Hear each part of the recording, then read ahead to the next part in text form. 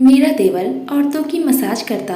औरतें भी खुशी खुशी देवर से मसाज करवा लेती थीं। मेरा अक्सर दिल करता कोई मुझे भी मसाज करे, मगर शर्म के मारे देवर को ना कहती। लेकिन एक रात बहुत थकी हुई थी। देवर को कहा लाइट बुझाओ और मेरी मसाज कर दो। मेरे होश उड़ गए। देवर ने तो मेरी रोज के मुताबिक मैं सुबह सवेरे ही उठती थी। ऐसा नहीं था कि मैं मेहनत से या काम से घबराती थी, मगर इस कदर काम काज भरी जिंदगी से थकने लगी थी और अब मैं कुछ वक्त आराम करना चाहती थी।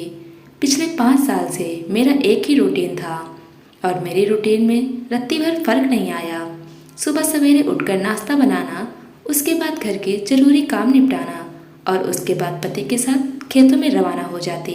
फिर एक वक्त वापस आती और आकर खाना बनाती और घर के कामों को सारा अंजाम दिया करती थी। घर में मेरे अलावा कोई दूसरी औरत नहीं थी। घर की सारी जिम्मेदारियां मुझ पर अकेले ही थी। इसके साथ साथ खेतों में जाना, वहाँ पर काम काज करना मेरा काम था। ये सब से मैं बहुत ज़्यादा थक चुकी थी। मैं जब सुबह घर से बाहर जाने लगती तो हमारे घर पर मोहल्ले की और करीबी गांव की औरतें मेरे देवर के पास मसाज करवाने के लिए आ जाती थी और शाम तक उनका आना जाना लगा रहता था, क्योंकि मेरा देवर घर पर ही रहता था और उसके ऐसे काम से अच्छी खासी आमदनी हो जाती थी। वो पढ़ा लिखा था और खेतों में काम नहीं करता था। यही वजह थी कि मुझे अपने पति की मदद करवाने के लिए खेतों में जाना पड़ता था। हमारे गांव का एक रिवाज था कि सभी औरतें अपने पति के साथ मिलकर ही काम करवाया करती थीं और उसका हाथ बटाया करती थी। पति का हाथ बटाने के चक्कर में मैं खुद थकान से चूर चूर हो जाती थी। मेरे भी थकान से बहुत बुरा हाल हो चुका था। मेरा भी कभी कभी दिल करता कि मैं अपने देवर से मालिश करवा लूं, मगर शर्म और लिहाज से मैं चुप हो जाती। मेरा देवर बहुत ही अच्छी आदत का इंसान था। वो किसी से भी ज़्यादा फालतू की बातें नहीं करता था और मेरे ससुराल में भी यही रिवाज था। देवर से ज़्यादा बात करने की इजाज़त नहीं थी।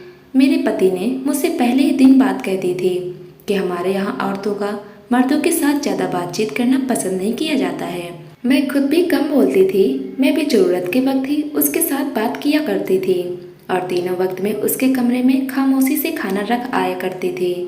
कभी कभी उसका मूड होता तो वो हम दोनों मियाँ बीवी के साथ खाना खाता। ज़्यादातर वो अपने कमरे में ही रहता था।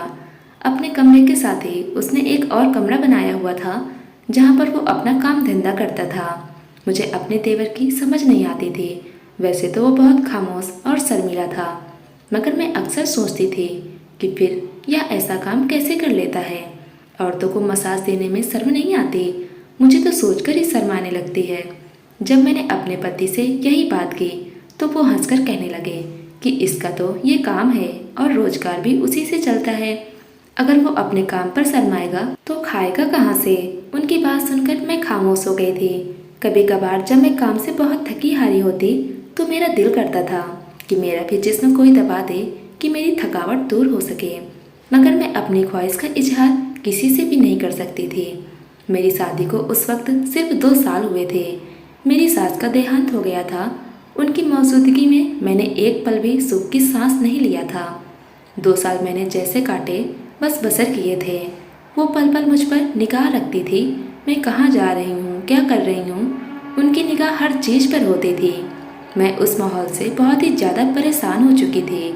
मेरी शादी को 1 साल बाद उन्होंने मुझे औलाद न होने के ताने देने शुरू कर दिए थे। उस बात पर बहुत रोती और गिड़गिड़ाती थी। ऊपर वाले से रो रो कर दुआ मांगती थी कि मेरी जल्दी से गोद भर दे ताकि मुझे अपनी सास के तानों से छुट्टी मिल सके, मगर शायद मेरी किस्मत में अभी आजमाइश लिखी थी। फिर एकदम से मेरी सास बीमार रहने लगी थी।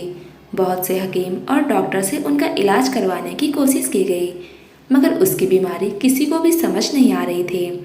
उनके दोनों बेटे उनसे बहुत ज़्यादा प्यार करते थे। मेरे ससुर का बहुत साल पहले देहांत हो गया था। वो तो बहुत गुस्से मिजाज वाली औरत थी। उन्होंने सारी ज़िंदगी बहुत शराफत से गुजार दी थी। उनके माँ बाप ने उन्हें दूसरी शादी करने का बहुत जोर दिया था, मगर अपने बच्चों की वजह से उन्होंने दूसरी शादी करने से इनकार कर दिया। उन्होंने अपनी सारी ज़िंदगी अपने दोनों बेटों के लिए कुर्बान कर दी। शायद यही वजह थी कि उनके दोनों बेटे भी उनकी बहुत ज़्यादा कदर करते थे और माँ की हर बात उनके लिए हुक्म का पालन करना होता था। जब मेरी सास बीमार पड़ गई तो दोनों बेटे उनकी चारपाई के साथ लगकर बैठे रहते थे और तमाम पूंजी अपनी माँ के इलाज में खर्च कर दिया था, ये सोचकर कि शायद उनकी माँ बच जाए, मगर वो जिंदगी ही इतनी लेकर आई थी। चंद महीने के बाद वो विदा हो चुकी थी।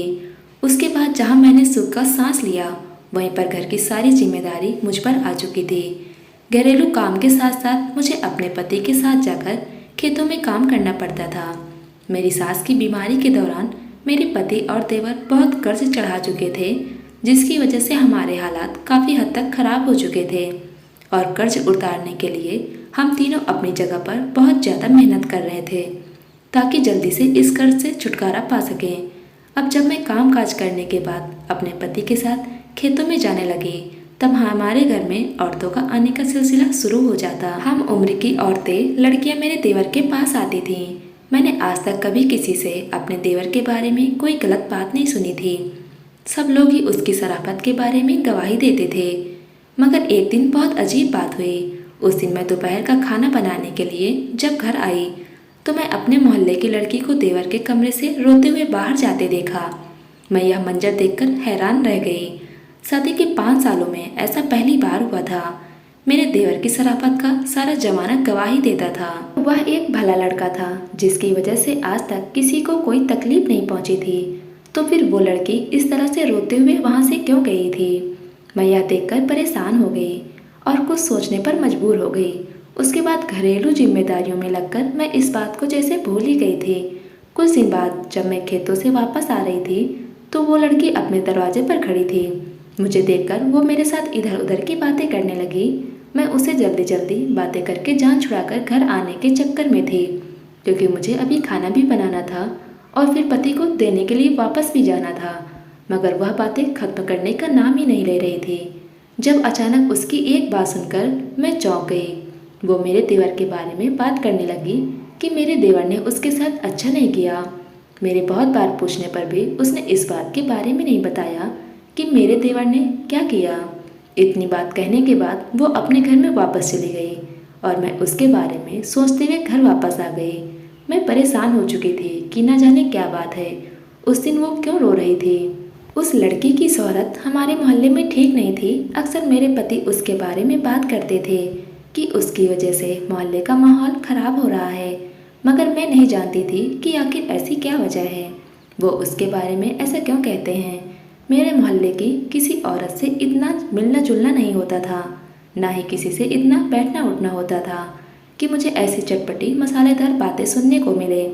इस बात को मैंने अपने पति के साथ करने के बारे में सोचा, मगर वैसे मेरी कमज़ोर याददाश्त, जब मेरे पति के आने का वक्त हुआ तब तक घर की जिम्मेदारी में मैं इस बात को भूल चुकी थी। एक दिन हम दोनों मियाँ बीवी खेतों में काम कर रहे थे कि जब मोहल्ले का एक आदमी भागता हुआ वहाँ पर आया और हमें जल्दी से घर वापस चलने के लिए कहने लगा। हम दोनों ये सुनकर परेशान हो गए थे, न जाने क्या बात हो गई। जब हम दोनों घर में वापस आए तो बहुत सारी औरतों का घर में मजमा लगा हुआ था। औरतें और मर्द वहाँ पर इकट्ठे बैठे हुए थे और ऊंचे ऊंचे बोलने की आवाज़ें भी साफ सुनाई दे रही थी। हम दोनों जब अंदर घर में दाखिल हुए तो सामने का मंजर देखकर हैरान रह गए। सामने ही मेरा देवर मेरे मुंह की तरफ सर झुकाए खड़ा था और उसके चेहरे और हालात से लग रहा था जैसे उसकी किसी के साथ हाथापाई हुई हो। वहाँ पर मौजूद मोहल्ले की औरतों की गवाही से मालूम हुआ कि मेरे देवर ने उसी लड़की की इज्जत पर हाथ डालने की कोशिश की है। वो लड़की सर झुकाकर खड़ी थी, उसके कपड़े फटे हुए थे और वो हिचकियाँ लेकर रो रही थी। उसकी हालत देखकर मैंने अपना दिल थाम लिया। एक नज़र जब मैंने अपने देवर की तरफ देखा, वो शर्म से जैसे जमीन से गड़ा जा रहा था। उसकी शक्ल से ही झलक रहा था। उस लड़की के माँ बाप का कहना था कि मेरे देवर को उसके साथ शादी करनी पड़ेगी, मगर मेरे पति सुनते ही बड़े हैरत में पड़ गए और गुस्से से चिल्लाने लगे कि यह सब झूठ है, मेरा भाई ऐसा नहीं कर सकता। मोहल्ले के काफ़ी लोग भी मेरे देवर की शराफत की गवाही देने लगे। उस लड़की की असलियत किसी से भी ढकी छुपी नहीं थी, मगर सवाल ये था कि वो ऐसा करेगी क्यों। लड़की के माँ बाप का ये कहना था कि इसे शादी करनी पड़ेगी। फिर मोहल्ले के बड़े बड़े लोगों ने बीच में बैठकर मामला रफा दफा कर दिया। इसके बाद ये जरूर हुआ कि मेरे देवर की इज्जत पर जैसे धब्बा लग गया था और सबने उसके पास आना जाना छोड़ दिया था। वो सारा दिन अपने कमरे में बंद रहता, बिल्कुल गुमसुम सा और खोया खोया। वो पहले भी बहुत कम बोलता था, मगर अब तो जैसे बात करना ही भूल गया था। उसकी हालत देखकर मुझे उस पर तरस आता था। मेरा दिल भी ये मानने को इनकार कर रहा था कि मेरा देवर ऐसा कर सकता है। मेरे पति ने बहुत कोशिश की कि वो उसके साथ खेतों में जाकर काम करे, मगर उसने सुनते ही साफ इनकार कर दिया। और फिर मेरे पति के दोस्त की वजह से उसके लिए शहर में नौकरी का बंदोबस्त हो गया था और वो शहर में एक किराए का कमरा लेकर रहने लगा। अब हम दोनों मियाँ बीवी घर पर अकेले रह गए थे। मैं यही सोचती थी कि कोई लड़की कितनी गिरी हुई क्यों ना हो, वैसे अपनी इज्जत का सरेआम तमाशा नहीं बना सकती। दूसरी तरफ मुझे अपने देवर पर भी भरोसा और यकीन था। मैंने उन 5 सालों में उसमें कोई भी खराबी नहीं देखी थी। मैं ये समझाने से अनजान थी कि आखिर ये सब क्या था। दिन इसी कश्मकश में गुजर रहे थे कि जब मुझे एक दिन खुशखबरी मिली, जिसको सुनने के लिए मेरे कान 5 साल से तरस रहे थे। मैं बहुत ज़्यादा खुश रहने लगी। मेरे पति ने मुझे खेतों का काम छुड़वा दिया था और उन्होंने अपने साथ काम करने के लिए एक नौकर रख लिया था। वो मुझे ज़्यादा से ज़्यादा आराम करने के लिए कहते थे। कुछ दिन के बाद मेरा देवर छुट्टी पर गांव वापस आया और मुझसे मिलने के बाद रोज के मुताबिक अपने कमरे में जाकर आराम करने लगा। अब मेरे पति रात देर तक खेतों में काम करते रहते ताकि उन्हें ज़्यादा से ज़्यादा मुनाफा हासिल हो। अब होने वाली औलाद की वजह से उन पर जैसे जिम्मेदारी और बढ़ गई थी। मैं घरेलू काम से बहुत थक जाती थी। थकावट की वजह से मेरा जिस्म टूटने लगता था। एक दिन मेरी बहुत ही बुरी हालत थी। मेरे पति अभी तक खेतों से वापस नहीं आए थे। मैंने सोचा कि आज मेरा देवर घर पर है, मैं उससे मसाज को कहती हूँ। मेरा जिस्म बहुत थकावट और बेचैनी महसूस कर रहा था। फिर मैं अपने देवर के कमरे में चली गई। मुझे देखकर वो चौंक गया। मैंने कुछ देर तो सोचा कि उसे कैसे बात करूं, मगर फिर उससे कहा कि लाइट ऑफ करके अगर थोड़ी देर मेरी मसाज कर दो। अगले ही पल मेरे लिए हैरानी का बन चुका था। जैसे देवर अपनी जगह से उठा, उसके चेहरे पर डर के अंदाज होने लगे थे। नहीं भाभी प्लीज, मेरे पास मेरे भाई का रिश्ता रह गया है। मैं इस रिश्ते को खराब नहीं करना चाहता। आप प्लीज यहाँ से चली जाएं। अपने देवर की आवाज़ सुनकर मैं जैसे हैरत में पड़ गई थी। शर्मिंदगी से मुझे कदम उठाना भी दुश्वार हो रहा था। मेरा देवर न जाने मुझे क्या समझ रहा था। मैं अपने कमरे में वापस आ गई थी। यही सोचते सोचते न जाने कब नींद आ गई मुझे। लेकिन मेरे देवर ने मुझे गलत क्यों समझा। मैंने तो उसे सिर्फ मसाज के बारे में ही कहा था और अगले दिन सुबह सवेरे ही वो वापस चला गया था। फिर कुछ दिन बाद मुझे और पूरे मोहल्ले को ऐसी खबर सुनने को मिली जिससे हम सबके होश उड़ गए। उस दिन उस लड़की ने सबके सामने रोते हुए इस बात का इकरार किया था कि उसने मेरे देवर पर इल्ज़ाम लगाया था। वह दरअसल उसके साथ शादी करना चाहती थी, उससे प्यार करती थी, मगर मेरा देवर एक शरीफ इंसान था। उसने उस लड़की से साफ इनकार कर दिया था। उसे समझाने की कोशिश की तो उस लड़की ने उल्टा उस पर इल्ज़ाम लगा दिया कि मजबूर होकर उसके साथ शादी कर ले। इस बात से इस लड़की का नुकसान हुआ था। उसके लिए रिश्ते आने भी बंद हो गए थे। अब एक बहुत ही बड़ी उम्र के आदमी का उसके लिए रिश्ता आया था और कुछ दिनों में उसकी शादी होकर यहाँ से चले जाना था। पूरे मोहल्ले के लोगों के दिल में जो मेरे देवर के लिए कांटा चुभ गया था, वो जैसे कहीं निकल गया और अब मेरा देवर भी जैसे गिरफ्तार था, शर्मिंदगी से खुद से नज़र चुराए फिरता था। मैं भी बड़े दिनों के बाद खुले दिल से मुस्कुराई थी और उससे कहा कि मैं तुम्हारे दिमाग की हालत समझती हूँ और मैं तुमसे नाराज़ नहीं हूँ। वो भी जैसे मेरी बात सुनकर हल्का फुल्का ऐसा हो गया था और फिर वापस चला गया। अब उसने अपने ऑफिस में एक लड़की को पसंद कर लिया था और उसके साथ शादी करना चाहता था। हमें भला इस बात पर क्या एतराज़ हो सकता था। हमारे लिए ये काफ़ी था कि वो अपनी ज़िंदगी में खुश रहे और मगन रहे। हमने उसे खुशी खुशी इजाज़त दे दी। दोस्तों, उम्मीद करते हैं आज की कहानी आपको पसंद आई होगी। पसंद आई हो तो वीडियो को लाइक कर लें, चैनल पर नए हो तो चैनल को सब्सक्राइब कर लें। धन्यवाद दोस्तों।